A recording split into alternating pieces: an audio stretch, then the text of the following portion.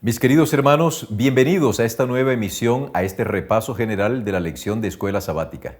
Qué bueno que estemos nosotros aquí para poder estudiar la palabra de Dios. ¿Saben algo? A mí en lo personal me agrada muchísimo poder compartir. A mí me encanta muchísimo enseñar.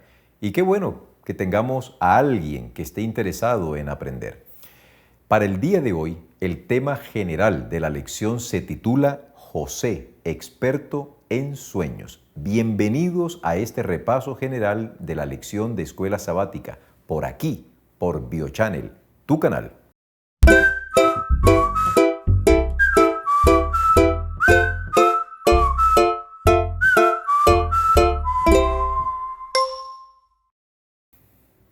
Durante esta semana hemos visto cómo el lente del camarógrafo, por decirlo de esta manera, se desplaza desde el personaje llamado Jacob y ahora hay otro personaje central en la película llamado José. Por fin Jacob se ha ubicado en Canaán, por fin él se encuentra allá. Sin embargo, esta historia de José, que ha sido llevada al cine, ha sido llevada a la televisión, tiene muchísimos elementos que nosotros podemos aún sacarle provecho. Valga recordar que cuando Dios permite que esta historia aparezca dentro del texto bíblico, es porque Él tiene evidentemente un propósito. No olviden ustedes que nada está escrito en la Sagrada Escritura que sobre o que falte. La palabra de Dios es precisa. Ningún ser humano se atreva a decir esta porción de la Biblia no es inspirada por Dios. O aquí el profeta de Dios no fue inspirado por Dios, que él habló por su propia cuenta. Jamás ocurra que alguien se atreva a decir eso de la palabra de Dios. Y si alguien lo dice, usted inmediatamente determine que esa persona no habla en el nombre de Dios, porque la palabra del Señor es clara. Toda escritura es inspirada por Dios. Entremos entonces en materia directa. En el estudio de esta semana nos vamos a concentrar básicamente en los primeros años de la vida de José. Acuérdense ustedes que esta saga de José es extraordinaria. Jacob ya se encuentra en Canaán. Sepultó a su papá. Ahora él comienza a vivir un periodo de relativa calma. Ya no tiene que estar perseguido por su hermano Esaú, ya no está sufriendo los abusos de su tío suegro Labán. Ahora está en paz, pero la paz no dura mucho, porque resulta que en el interior de su propia familia van a surgir problemas, y vaya problemitas los que van a surgir en esa familia hasta este momento disfuncional de Jacob. ¿En dónde residió el problema? Resulta que cuando Raquel, acuérdense ustedes que Raquel fue la mujer que él amó. Jacob trabajó fue por Raquel. Él no tenía en mente ni a Lea, ni a Bila, ni a Silpa, ni a nadie. Por él se hubiese quedado solo con Raquel, pero como lo engañaron, tuvo que cargar con 3 mujeres más que no estaban dentro de su ideario. Entonces, cuando Raquel le da a luz a José, José es un hijo de la vejez. José es el hijo más amado, al punto que la misma Biblia dice que Jacob amaba más a José que al resto de sus hermanos. Yo creo que él, Jacob, estaba pensando más o menos lo siguiente: en virtud a que yo trabajé fue por Raquel, el primer hijo que yo tenga con Raquel, ese yo lo voy a constituir en el primogénito, porque ciertamente Jacob nunca quiso tener hijos con Lea. Que los hijos vinieron, la Biblia dice, por voluntad divina, pero honestamente hablando, Jacob nunca quiso tener hijos con Lea. Quería tener hijos, era con Raquel. Nace José. Este muchacho era hermoso, este era un niño talentoso, y su papá y su mamá se esforzaron en brindarle una educación muy esmerada. No cabe duda de que en el seno de la familia habían celos, porque la prioridad que Jacob le daba a Raquel y el tratamiento deferencial y especial que le brindaba a su hijo José, los demás hermanos pronto lo captaron y empezaron los celos. Esto es un error que cometió Jacob. No hay duda que este hombre se equivocó al darle tanta prioridad y tanta importancia a un solo hijo en detrimento de los demás. Y muy pronto el celo humano, aupado por las pasiones humanas, desembocaron en una tragedia de altos quilates. ¿Qué fue lo que ocurrió? José, aparte de que era un niño mimado, él estaba siendo malcriado por su papá y por su mamá. Y entonces José le llevaba informes a su papá del mal comportamiento de los hijos de Bilha y de Zilpa. Eso dice el texto bíblico. Por supuesto, a nadie le gusta que lo estén soplando, a nadie le gusta que alguien sea un sapo, como decimos nosotros coloquialmente hablando. Y esa actitud de José le granjeó una antipatía, pero tremenda, iba a decir proverbial, una antipatía terrible de parte de sus hermanos. No logramos entender cómo unos hermanos mayores, en vez de no darle mucha importancia a un muchacho, se ensoberbecieron al punto que quisieron eliminarlo de la faz de la tierra. Ciertamente, estos problemas familiares también tenían una repercusión en las relaciones de Jacob con sus otras, entre comillas, esposas, Lea, Bilha y Zilpa, porque a los hijos de estas tres damas, él no los quería de la misma forma como quiso a José. Bien, pero algo sí se da cuenta Jacob, y es que hay una característica en ese muchachito llamado José que le está llamando la atención, los sueños que él tiene. Jacob al comienzo lo regaña y le dice que acaso él y su familia se postrarán delante de él. José guarda silencio, no dice nada más, pero Jacob guarda eso en su memoria pensando, ¿será posible que estos sueños se hagan realidad? Bueno, el tiempo va pasando. La Biblia dice que cuando José tenía aproximadamente 17 años, su papá lo envió para que verificara el estado de salud y de las ovejas de sus hermanos. En un lugar, ellos habían ido lejos. José, comisionado por su papá, salió en búsqueda de sus hermanos. Llegando por allá se perdió y entonces se encontró de manera providencial con un sujeto que andaba por allí y él le preguntó, oiga, ¿usted ha visto por aquí a unos señores así, así y tal? Y el tipo le dijo, sí, por allí andan, están en Dotán. Y Dotán estaba retirado de donde vivía José. Así que José se dirige a donde están sus hermanos y váyame, cuando los hermanos lo ven, el odio que tenían hacia José afloró. Es increíble ver cómo el espíritu criminal puede almacenarse en un corazón sin que haya muchas evidencias de que ese espíritu se alberga en una persona. Pero cuando los hermanos de José estuvieron alejados de la mirada atenta de Jacob, ahora ese espíritu va a cobrar vigencia. Lo ven y deciden matarlo. Eso es lo que iban a hacer. Tomemos ahora a este soñador, matémoslo y nos quitamos el problema de encima. Menos mal que Rubén interviene.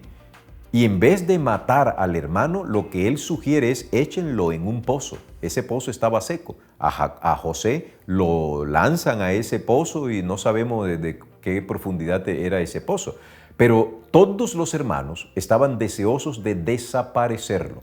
Judá, cuando ve que ese espíritu asesino está presente en sus hermanos, decide finalmente hacer algo, y es que se da cuenta de que una caravana de ismaelitas vienen por el desierto. Entonces los llaman, oh, hola, ¿qué tal? Mira aquí, vengan. Y cuando se acercan hacen un negocio, venden a su propio hermano. Es increíble saber que esta historia aparece en la Biblia. Es increíble entender cómo estos hombres que la nueva ciudad de Jerusalén lleva en sus puertas sus nombres, ¿cómo es posible que ellos fueron capaces de hacer semejante atrocidad?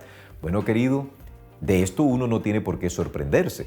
Cuando nosotros nos alejamos del control del Espíritu Santo, cuando permitimos que el odio, el resentimiento y la venganza se aniden en nuestra mente, muy seguramente el resultado será una obra tan impía como la que estos hombres cometieron contra su propio hermano. Estos hermanos no lograron la paz. A pesar de que aparentemente desaparecieron a José, ellos no lograron la paz. Finalmente, el pobre José abandona este lugar que tanto amaba. Cuando finalmente él echa una mirada hacia atrás, observa las colinas donde él sabía estaban las tiendas de su padre. El corazón se le pudo haber arrugado. Esta es una experiencia muy difícil de nosotros contar porque nunca la hemos vivido. Tal vez ninguno de ustedes, querido, habrá sido vendido por sus propios familiares para que sea un esclavo. Es posible que ustedes conozcan algunas historias sórdidas de padres que han vendido a sus hijas para que se prostituyan. Historias como estas a veces sacuden nuestros sentimientos, nuestras fibras, pero así somos los seres humanos. Cuando nos alejamos de Dios, cualquier barbaridad podemos cometer. Bien, ya José ha sido vendido por sus propios hermanos. Ahora la cámara se desplaza a otro escenario y el escenario ahora está en un lugar distinto al campamento de Jacob. Judá, uno de los hijos mayores de Jacob, se aparta de sus hermanos. El autor de la lección conceptúa que posiblemente él se apartó porque discrepó de lo que sus hermanos hicieron, aunque él guardó también silencio cómplice, porque nada de lo que ocurrió se lo informó a su padre. Ahora el personaje es Judá. Sale y se casa con una cananea. Con esa cananea tiene 3 hijos, Onán y Sela. La Biblia utiliza una expresión muy hebraica cuando dice que Jehová mató a y mató a Onán. Acuérdense ustedes, apreciados oyentes, que el pensamiento hebreo es de la siguiente manera. Como Jehová es todopoderoso para ellos y por supuesto para nosotros también, Él, si no impide, es porque permite. Y si permite, es porque no impide. Y en el caso de la muerte de ellos le echan la culpa a Dios. ¿Por qué? No porque fuera Dios quien lo haya eliminado, sino porque Dios no impidió que fuera muerto. ¿De qué murió La Biblia no dice. Solo dice que Jehová lo mató. Acuérdense que esto no se debe entender de esta forma. El pensamiento hebreo, recalco, dice, le asignan a Dios la responsabilidad de la muerte porque Él pudo haberlo impedido, pero como no lo impidió, entonces fue Jehová quien lo mató. Lo mismo ocurre con Onán. ¿Qué está pasando aquí? ¿Qué es menester explicarlo? Onán siguió el principio del levirato. Como su hermano había muerto sin dejar hijos, la ley del levirato le exigía a el hermano que se casara con la viuda y el primer hijo que tuviera con esa viuda no llevaría el apellido de Onán, sino el apellido de Pero resulta que los apellidos no existían como existen hoy los apellidos nuestros. ¿Cómo se llamaría un hijo de Onán con Tamar? Vamos a colocar un ejemplo. Se llamaría Obed ben o sea, Obed, hijo de Y un hijo de Onán propio se llamaría Obed ben Onán. Así se apellidarían los hijos. Pero Onán no quiso y cometió un grave error porque en vez de procrear lo que hacía era verter en tierra. A Dios no le agradó esto y vuelven a decirle que fue Dios quien le quitó la vida. Finalmente, Judá se da cuenta de que aparentemente esta Tamar tiene una mano muy mala. Óigame, ya le he dado 2 hijos y los ha matado, o por lo menos han muerto al lado de ella. No, dijo Judá, yo no le voy a dar a Sela. Aunque le había prometido, Judá le prometió a Tamar que cuando Sela creciera se la iba a dar como esposa, pero Judá en el fuero interno dijo, no señor, yo a esta mujer no le doy a mi hijo Sela para que me lo mate y yo me quede sin hijos. Viendo que el tiempo pasaba, Tamar, que era cananea y no tenía el temor de Dios y no tenía toda la información que tenía Judá, diseñó un plan, se vistió de prostituta. Esto nos enseña que en esa época las mujeres que practicaban la prostitución tenían un atuendo diferenciador de las demás damas de la sociedad. Así que Tamar se percata de que su suegro anda por allí y entonces ella misma decide actuar. Engaña a su suegro y de él queda embarazada. Finalmente Judá queda con 2 hijos producto de su relación extraña con la que era su propia nuera. Ahora su nuera es su esposa y los hijos de su nuera ahora son sus propios hijos. Eso es un arroz con berenjena el que se forma allí, pero forma parte de que cuando nosotros tomamos decisiones equivocadas, esos son los resultados.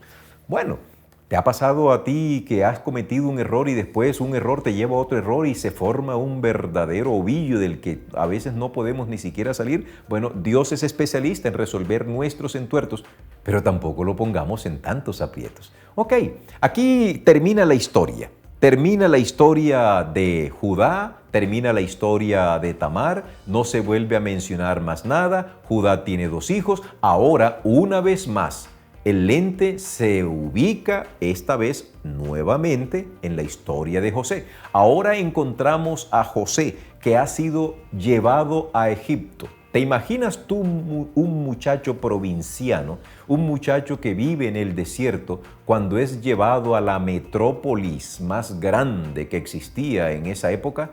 No sabemos si se llamaba el Cairo, no sabemos si era el Al-Qaira, como sería el nombre en árabe. Pero lo que sí sabemos es que fue llevado al corazón mismo del imperio.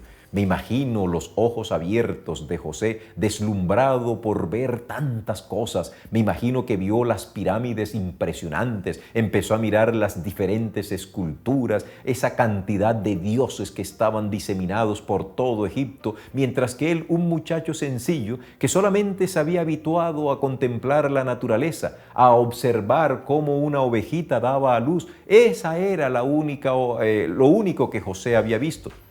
Pero además de que estaba fascinado, él estaba en una condición muy difícil. Era un esclavo. Y lo vendieron al capitán de la guardia de Faraón, que se llamaba Potifar. Y comienzan allí otros acontecimientos. La lente profética dice que José ganó la confianza de Potifar y Potifar vio que ese muchacho talentoso, todo lo que tocaba lo volvía oro. Parecía el rey Midas de la mitología griega.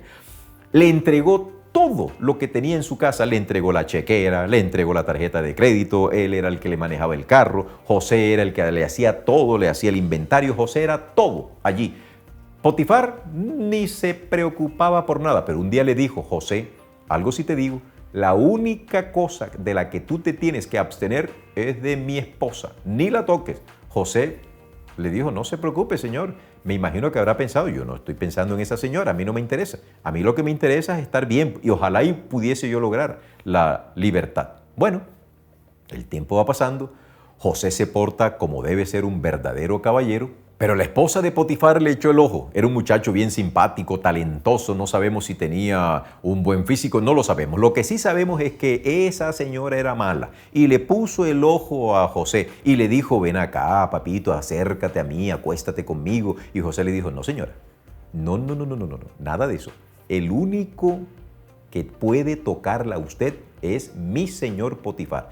Y se salió de allí, pero esa vieja pérfida lo que hizo fue agarrarlo y José le dejó la túnica y se fue corriendo y empezó a gritar: ¡ay, me han traído aquí un hebreo que me ha violentado! ¡Ay! Se puso a chillar allí, llegaron los siervos, la noticia llegó hasta Potifar. ¿Usted cree que si Potifar le hubiese creído a la resbalosa de su esposa, a José no lo hubiese mandado a matar? Lo mata enseguida, pero Potifar se dio cuenta que aquí esta historia le faltaba un pedazo y para salvaguardar su honor lo mandó poner preso, aunque él sabía que José era inocente. Y allí comienza otra historia de José. Ahora está en la cárcel, está injustamente encarcelado, pero allá en la cárcel: Señor, ¿por qué yo estoy aquí? ¿No nos ha pasado a veces así? Que uno se porta bien, trata de cumplir los mandamientos de Dios, Trata de vivir en santa paz, pero siempre aparece la tentación. Y si no aparece la tentación, aparece una persona que te acusa de manera injusta. Y uno dice, Señor, ¿dónde estás tú? ¿Qué es lo que pasa? ¿Por qué yo intento portarme bien y siempre me pasa algo mal? A José le pasó igual, pero él confió en Dios. Y allá en la cárcel otra vez ganó la confianza del carcelero. Y el carcelero se la pasaba leyendo unas revistas y le dijo, José, encárgate de esta prisión, porque me he dado cuenta que lo que tú tocas prospera. ¿Y saben por qué? Porque es que Jehová bendecía el trabajo de José. Es evidente que José, además de que era talentoso, era un muchacho que ejecutaba las cosas de una manera muy precisa.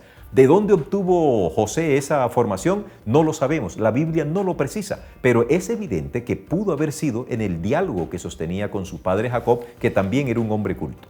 Ahora encontramos a José allí, metido en la cárcel. ¿Qué habrá de pasar con este pobre muchacho? No lo sabemos, pero lo que sí sabemos es que un día cualquiera el faraón estaba acostado y comenzó a soñar.